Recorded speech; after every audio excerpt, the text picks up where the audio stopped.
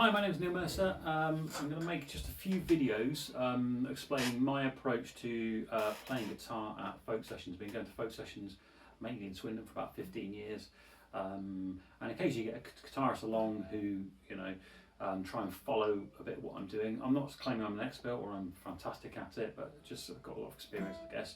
And I thought I'd make some videos so people can have a look at that in their own time.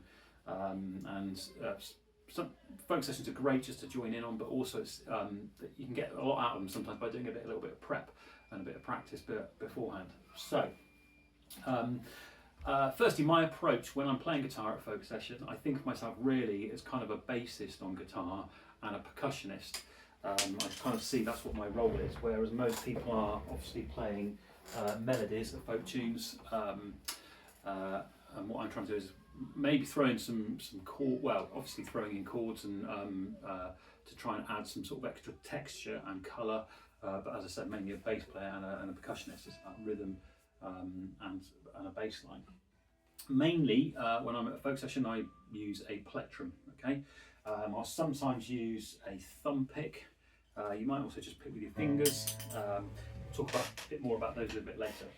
So plectrum's kind of my go-to, and what I'm really doing in terms of playing bass and percussion, sort of a rhythm, is alternating bass notes like that. Okay, to do that you really need to just try and get confident with using a plectrum, and that's all about ups and downs really.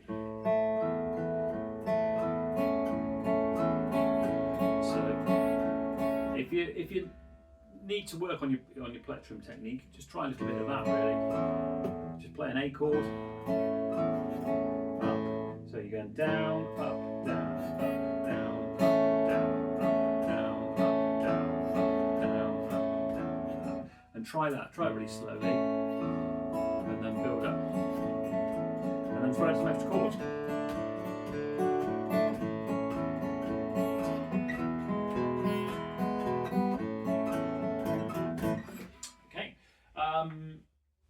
So I'm going to go through a few different types of tune. Now I'm not an expert on the different types of folk tune.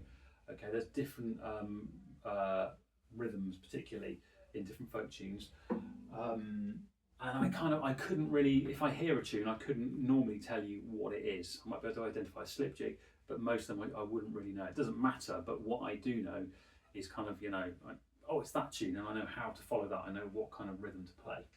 I'm going to use a website called thesession.org, which has got a massive catalogue of folk tunes, and they've got music, they've got chords for most of them, and there's also little MIDI files that you can play and you can adjust the tempo for, which is really, really useful.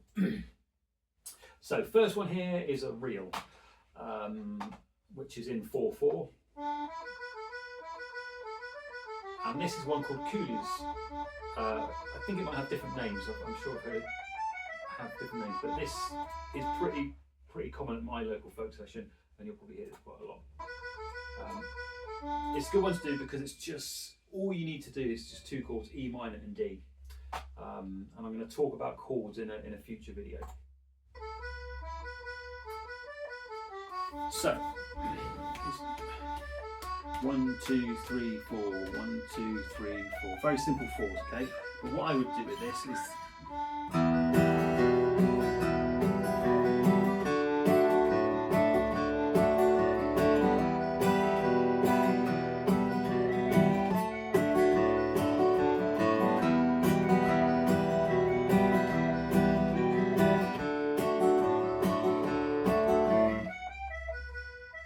pull that there. All I'm doing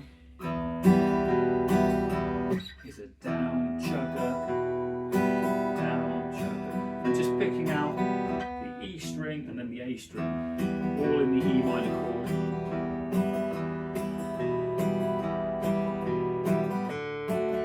And then moving to the D chord and playing the D and the A string.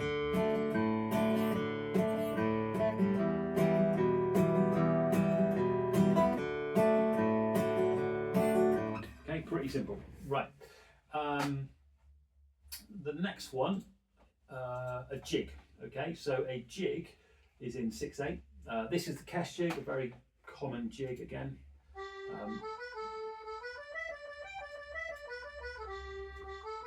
Now the difference with the jig, because it's being in 6/8, you've got a kind of a triplet rhythm.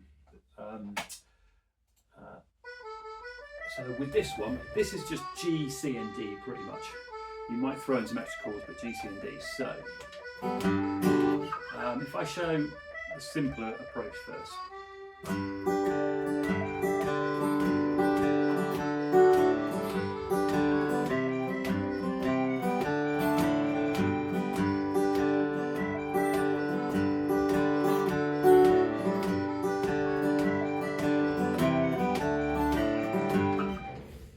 So all I'm doing there is just down, up, down, up, down, up, down. I'm picking different bass notes as I go through. And it doesn't matter which bass note I'm picking really, as long as I'm sort of alternating, but I'll keep on that D string.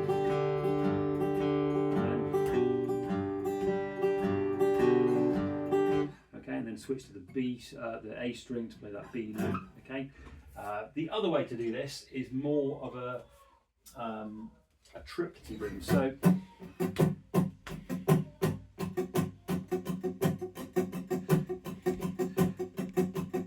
So at a session, if you ever see a Boron player, okay, the big drum with a hammer, they'll do a, and you can reflect that on the guitar.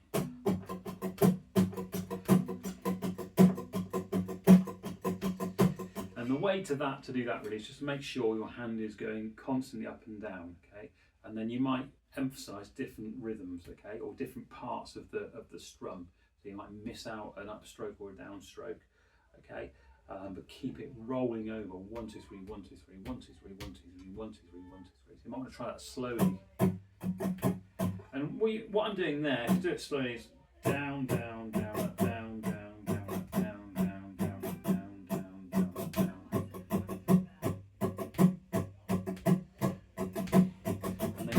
Extra strums,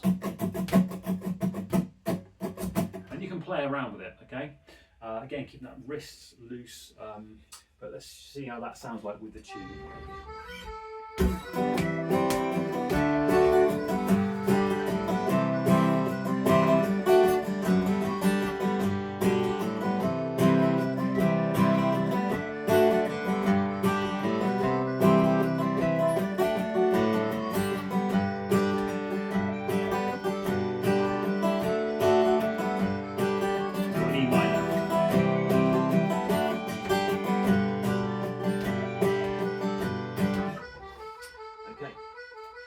I'm kind of not so much playing those bass lines that I was talking about earlier, okay? But you can do a little bit if you can pick out those notes, but that's more percussive and rhythmic. Okay, the next one, we've got a polka, pretty straightforward. This is in 2/4.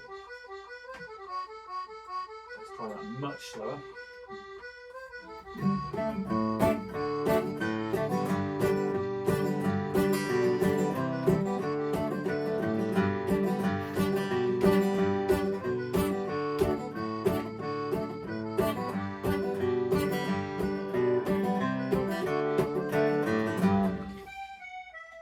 So simple tune in terms of chords, just G, C and D, but not going around that very well. Alternate bass notes, just a bass note chug, just a very simple chug on the chords there.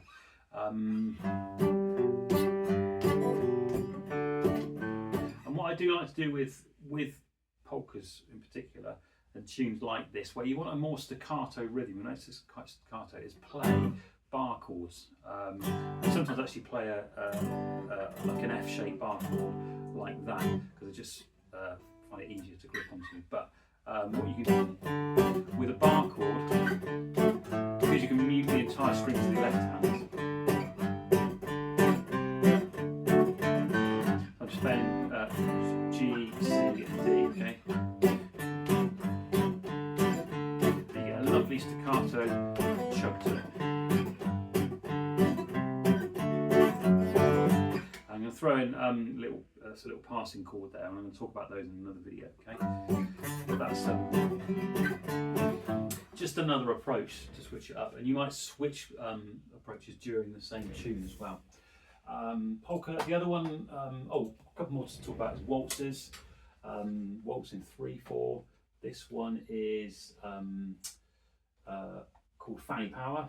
I've heard this many times. And slow it right down.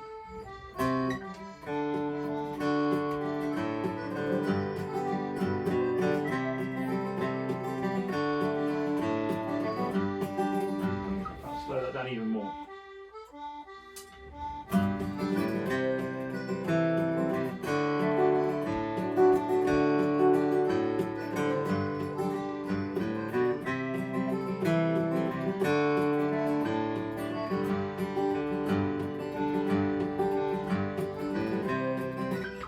So with a waltz, pick the bass note and then a little strum.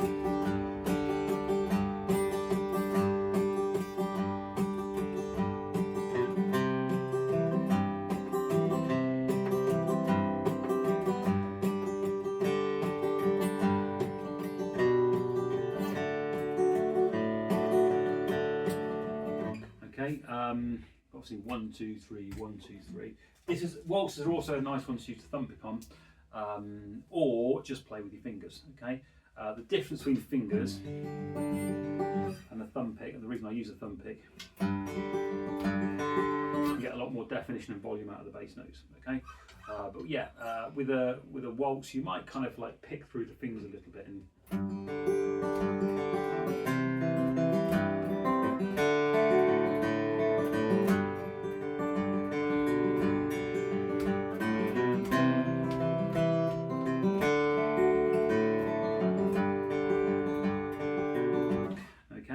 Which adds a whole another dynamic, and it's nice just to switch to that sometimes with thumb pick. Just try it out on different tunes as well if you've got that two different approaches, just to try different dynamics out. The last one just to mention is a slip jig, probably one of the trickier ones if you're not familiar with. And a slip jig is in 9/8, and the simplest way, I got a really good tip off a YouTube video, which is if you count 1 and a 2 and a 3 and a 1 and a 2 and a 3 and then you've got 9 beats. 1, 2, 3, 4, 5. 1 and a 2 and a 3 and a 3 times 3 is 9. I'm a maths teacher, honestly. But with the slip jig, this one is called the butterfly. Again, if I slow that down a little bit. This one's just E minor and D really. There's some chords in the B part you can play.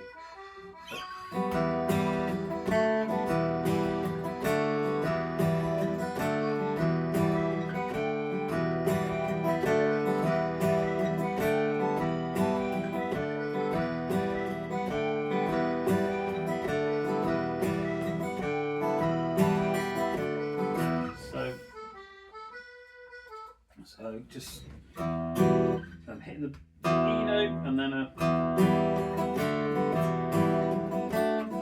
the D comes in on halfway through the rhythm kind of. I can't quite explain it really, but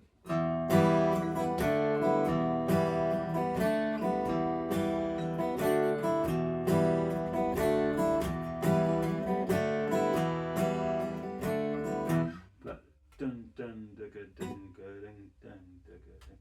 1 and a 2 and a 3 and a 1 and a 2 and a 3, and if you play that D on the 3, that kind of picking up little things like that can really help you out in terms of where you are on the rhythm. 2 and a 3 and a 1 and a 2 and a 3 and a 1 and a 2 and a 3. And I tend to do actually a down, down, sharp.